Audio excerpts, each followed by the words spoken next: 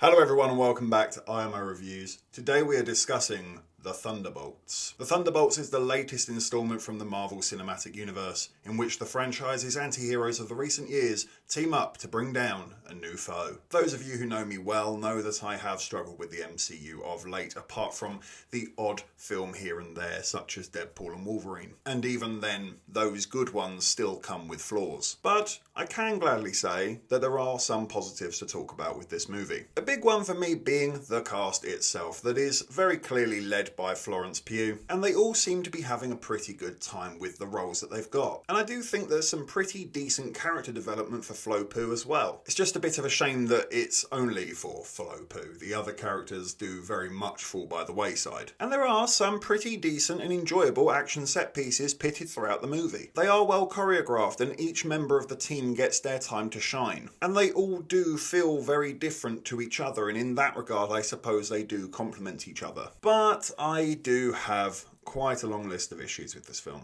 I know, you must be in a real state of shock with that one. And we should start with the issue that I kind of already briefly mentioned, and that is the character development. As much as Flo Pugh does get some development, and it's okay, it isn't incredible, and it isn't eye-opening. I did not learn anything new about the character. Everything that's revealed, we already pretty much knew. And it certainly didn't bring about any emotional aspect to the movie, which I think was sorely missed. I know that these characters are supposed to be arseholes, but there is supposed to be some heart in there as well. And I just don't think they managed to ever really find that heart. It does feel a little bit empty and non-committal, and it did stop me from really getting attached to this group of characters. It is deeply relying on you, having seen many of those Marvel TV shows that have come out over the previous years, and most of them have sucked, so, you know, you're gonna have to put some hard work in if you want to really know what's going on and who all these characters really are. I hated the villain in this movie. It really did feel like just another baddie of the week, playing into no overarching narrative, which Marvel really do need to get underway by now. Of course, it's okay to have a film away from that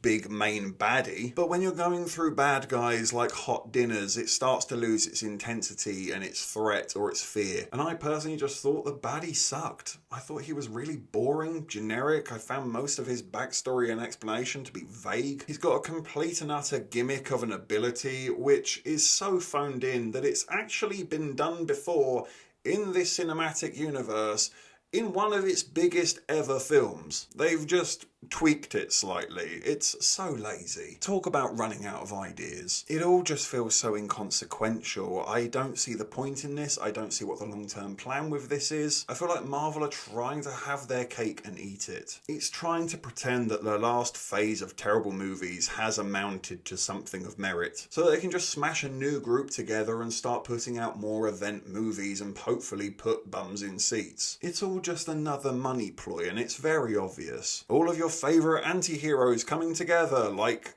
Ghost.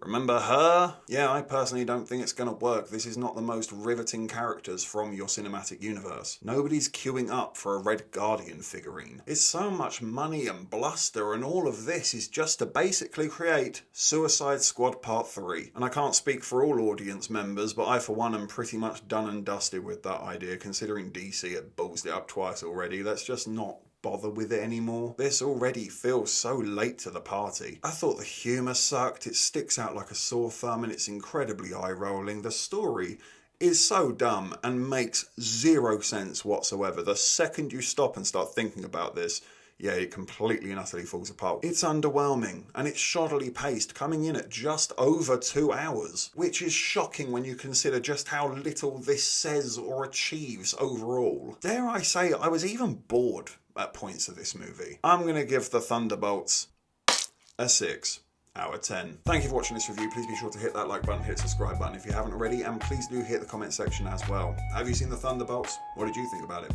Let me know in the comments down below.